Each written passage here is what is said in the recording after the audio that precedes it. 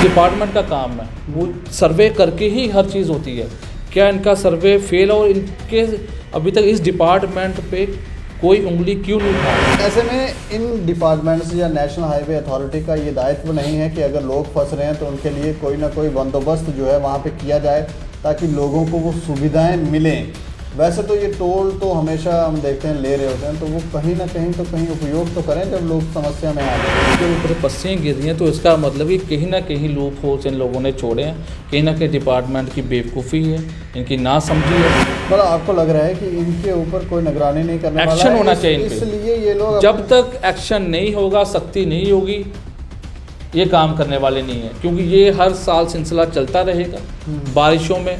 और जम्मू कश्मीर की तो ये हालत है कि सिर्फ 1.5 दिन की बारिश चाहिए, वो सड़कें जो इन्होंने बिछाई हैं वो भी उखड़ जाएंगी। ये तो हाल है। प्रॉब्लम आ रही है ट्रांसपोर्टर को जी आज 20-20 दिन एक महीने के बाद एक फेरा लग रहा है ट्रांसपोर्टर को। जी ठीक है, तो अब वो ट्रांसपोर्टर किस्तें लेके गाड़ियां डालते हैं। अब बैंक वाले वो तो नहीं कहते कि आप एक फेरा लगे या 5 फेरा किस्तें उन्होंने देनी। तो मगर रोड चलानी कहाँ गाड़ियाँ? अपने घरों में फर्श पे।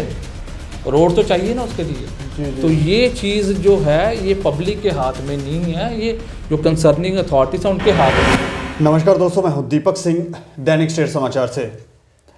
नेशनल हाईवे पिछले कुछ दिनों से अगर हम देखें तो ये बंद है। पहले 4-5 दिनों के लिए बंद हुआ क्योंकि बारिशें शुरू हुई तो बर्फ़बारी भी शुरू हुई पहाड़ी क्षेत्रों में, और उसके बाद नेशनल हाईवे जो कश्मीर रामबन इस तरफ के जो रोड हैं ये बंद कर दिए गए।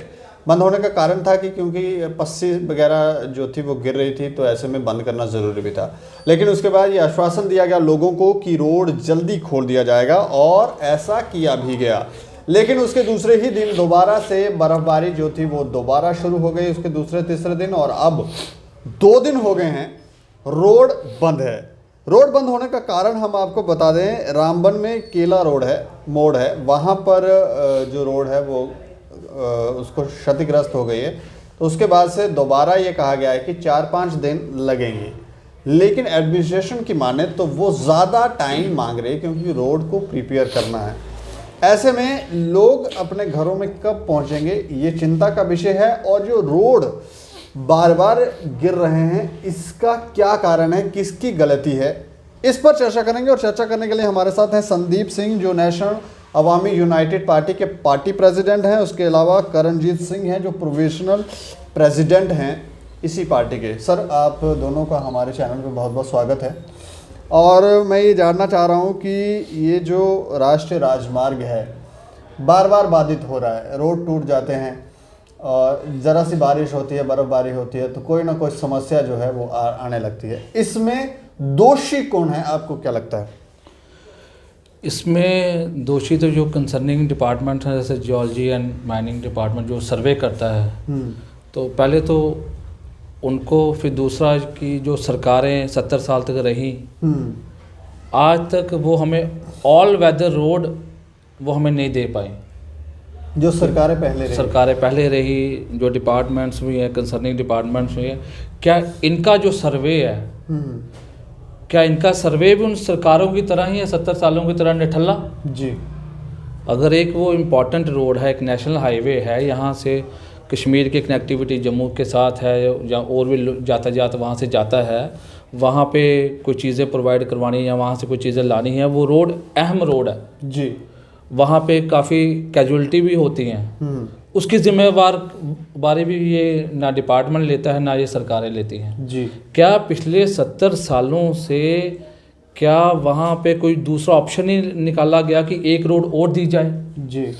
और दूसरी बात, जो कंसर्निंग डिपार्टमेंट्स हैं, क्या ये इनको इतना सर्वे करना नहीं आता कि वहाँ पे अगर बारिश है, बर्फ़बारी है, तो क्या वो जो रोड है क्या वो इतना जिस हालत में है क्या वो इतना बोझ उठा पाएगी?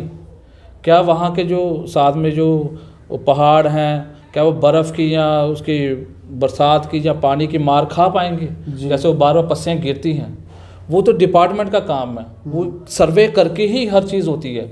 क्या इनका सर्वे फेल और इनके अभी तक इस डिपार्टमेंट पे कोई उंगली क्यों नहीं उठा रहा है? Geology department. हाँ, मतलब आपको यही दोषी दिखता है इसमें? वो नेशनल हाईवे सर्वे करते हैं ना ये सर्वे, पिछले 70 सालों से वो सरकारों से तो चलो उम्मीद नहीं रही, मगर जो कंसर्निंग डिपार्टमेंट है, क्या इनका सर्वे ये था? बिल्कुल। क्योंकि वहाँ पे लोग जो फंस जाते हैं, और उसके लिए क्या है, जो लोग वहाँ पे फंस गए उनके लिए क्या है। इससे पहले मैं आपको बताना चाहता हूँ कि 2005 में ही लगभग शायद एक सुनामी आई थी जी। उस दौरान 1.5 महीने तक रास्ता बंद रहा था। क्या उससे भी इन्होंने लेसन नहीं लिया? उस टाइम हेलीकॉप्टर के थ्रू कश्मीर में सामान भेजा गया या वहाँ से लाया गया, और क्या वो जो लोग फंस जाते हैं क्या इनके लिए अहमियत नहीं रखते?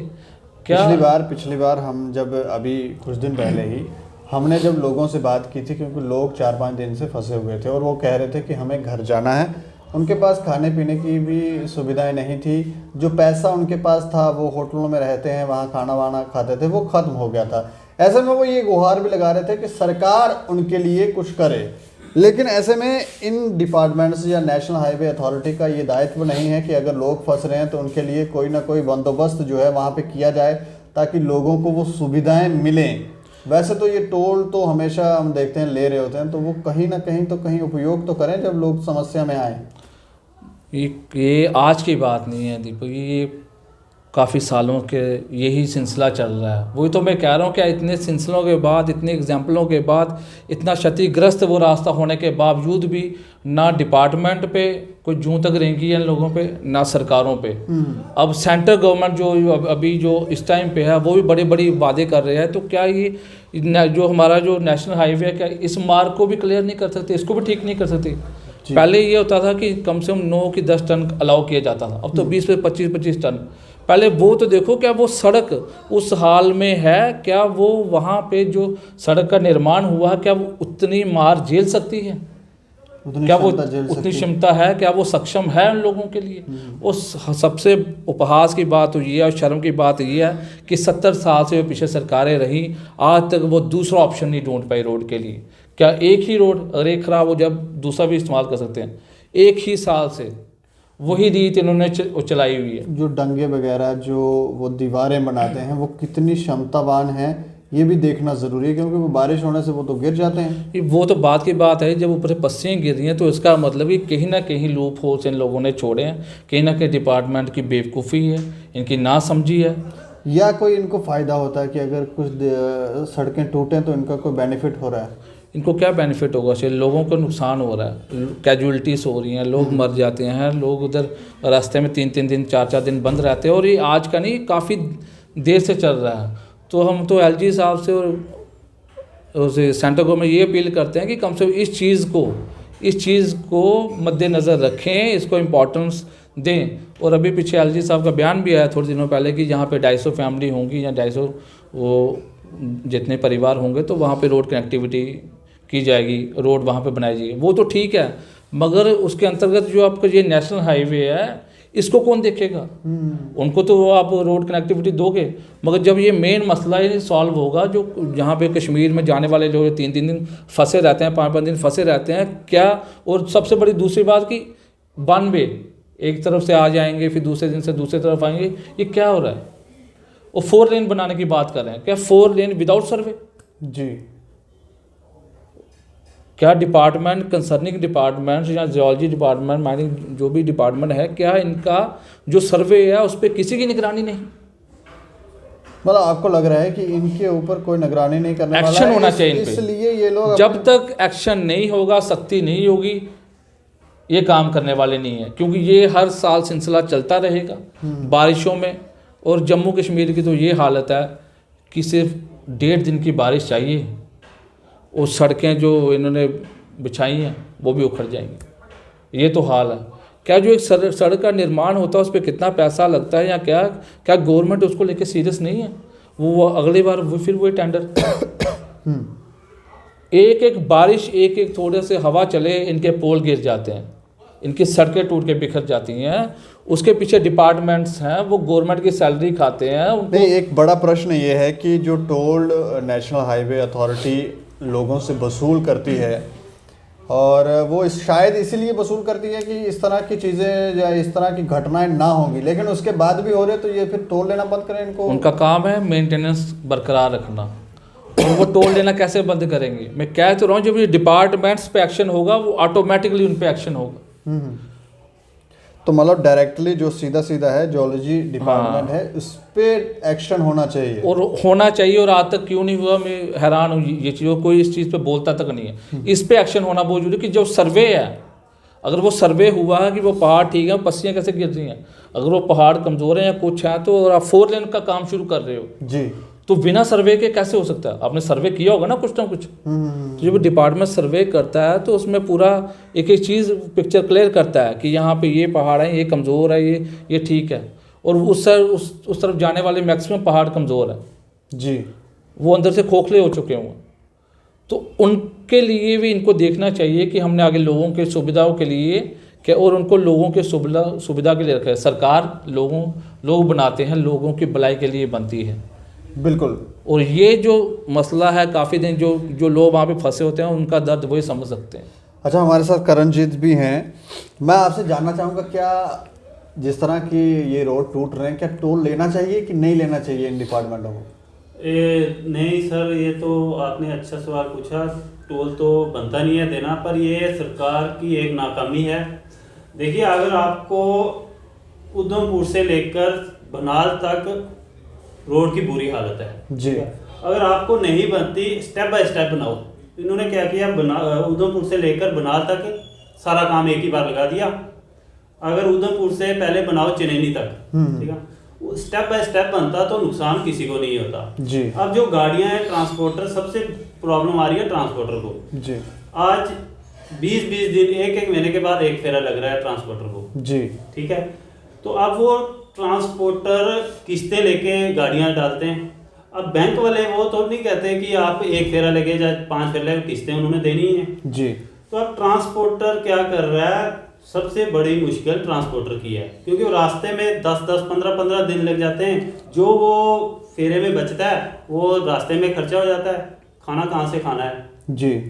तो ऊपर से जहाँ वो रुकते हैं वहाँ अगर शॉप, दुकान वगैरह जहाँ वो खरीदेंगे, डबल कीमत पे खरीदना पड़ेगी, क्योंकि लोग भी फायदा उठाते हैं उसी चीज़ का कि अगर आज गाड़ी इधर खड़ी है, उनको भी लगता है कि अब फंसे हैं तो इन्होंने तो लेना ही लेना है। जी। हर चावल जहाँ 20 मिलता है वो 40 पे देते हैं, इन्होंने लेने आई है, खदौड़े मारना है। तो ये डिपार्टमेंट को भी सोचना चाहिए कि इनका भी ड्राइवरों के बारे में भी सोचना चाहिए और इनकी सुविधा पूरी रखनी चाहिए। तो ऊपर से गवर्नमेंट को रोड का काम जो है जल्द से जल्द खत्म करना चाहिए, क्योंकि और हर एक बंदा, हर एक व्यक्ति वहाँ सफ़र कर रहा है जी। क्योंकि अगर आप डोडा जाओ, किश्तवाड़ जाओ तो वो भी सफ़र कर रहे हैं। जो श्रीनगर वाले तो कर ही रहे हैं, जो यहाँ से गाड़ी श्रीनगर जाएगी वो 10-15 दिन में जाते रहेंगे, 15 दिन खाली आएगी, 15 दिन वो लगे, 1 महीने में तो जो कमाया वो तो राशन में ही लग गया जी। तो घर परिवार, ऊपर से किस्तें बैंकों की, ये डिपार्टमेंट को जल्द से जल्द नेशनल हाईवे अथॉरिटी को सोचना चाहिए जल्द से जल्द। और इनको पूरी एक ही बार काम लगाने की क्या ज़रूरत थी? उधमपुर से लेके बनाल तक पूरी रोड इन्होंने वो कर दी है, ख़राब कर दी हुई है। अच्छा। हाँ, पूरी रोड ख़राब है। इस चक्कर में कभी उधमपुर से बनाल में पस्सी गिर जाती है, कभी इधर रामबन में, कभी रामसू में। तो इस वजह से सारी रोड जो है इन्होंने ख़राब कर दी हुई है। अब इस नेशनल हाईवे को ये होना चाहिए कि ये रोड जल्द से जल्द तैयार की जाए, या टोल लेना बंद कर दें फिर। या टोल लेना बंद करिए, रोड तैयार होगी टोल लो, हाँ। या तो टोल लेना बंद कर दो। बिल्कुल बिल्कुल। वो जो ये सरकार है ये सोच ही नहीं रही है गरीबों के बारे में, ना ट्रांसपोर्ट के बारे में। ये मसला है इधर। तो मतलब मैं संदीप जी आपसे भी, जैसे आपने कहा जियोलॉजी डिपार्टमेंट और नेशनल हाईवे अथॉरिटी को भी आप थोड़ा दोषी मानते हैं इसके ऊपर? बिल्कुल बिल्कुल। देखो, जैसे हम यहाँ से निकलते हैं, जब जैसे हमने टोल प्लाज़ा, उसके आगे जब हम गए, जो रोडें टूट रही हैं या कुछ भी हैं वो भी उन्हीं के अंडर आती हैं। तो जब ऐसी खस्ता हालत, बदहाली में टोल देना ज़रूरी हो चुका है जी। क्या सरकारें अंधी और बहरी हो चुकी हैं, या जो कंसर्निंग डिपार्टमेंट्स हैं क्या वो अंधे और बहरे हो चुके हैं? क्या एलजी साहब वहाँ पे दौरा नहीं कर सकते इस टाइम पे? जी। इस टाइम पे तो दौरा के अंदर वो करना बनता है कि देखें कि सिर्फ टोल ही लिया जा रहा है या वहाँ पे सड़कें भी हैं। जी। उसका सर्वे कौन करेगा? अभी तो देखे है तो सर्वे पर इधर जो भी सिस्टम है तो एलजी साहब के हाथ में है। जी। तो उनको जाना चाहिए, देखना चाहिए कि वहाँ पे लोग कितने मुश्किलात से दिन गुजर बसर कर रहे हैं अपने। और जम्मू कश्मीर की ये हालत है कि रोड जैसे मर्जी हो, टोल आपने देना, और लाइसेंस भी आपके पास होना चाहिए। जी। मैं तो कह रहा हूँ जब तक सड़कें ना निर्माण हो पूरे तरीके से, तो आरटीओ पे भी थोड़ी बहुत बंदिश लगानी चाहिए, और आरटीओ को भी उनका कनेक्ट करना चाहिए कि उनका भी उन पर दबाव होना चाहिए। अब आज बच्चे लाइसेंस बना रहे हैं, गाड़ियाँ लेके जा रहे हैं, बाइक लेके जा रहे हैं, तो खड्डों पे खड्डे हैं जम्मू शहर में भी, जी। तो वो एक्सीडेंट हो रहे हैं आए दिन। तो इसका सारा दोष जो है वो आरटीओ का ही है। वो आरटीओ को भी देखना चाहिए कि बिना सड़कों के आप लाइसेंस कैसे चलाएंगे। बिल्कुल। लाइसेंस होना चाहिए, ट्रैफिक वाले भी चलान करेंगे, उनको तो चाहिए हुआ लाइसेंस। हम्म।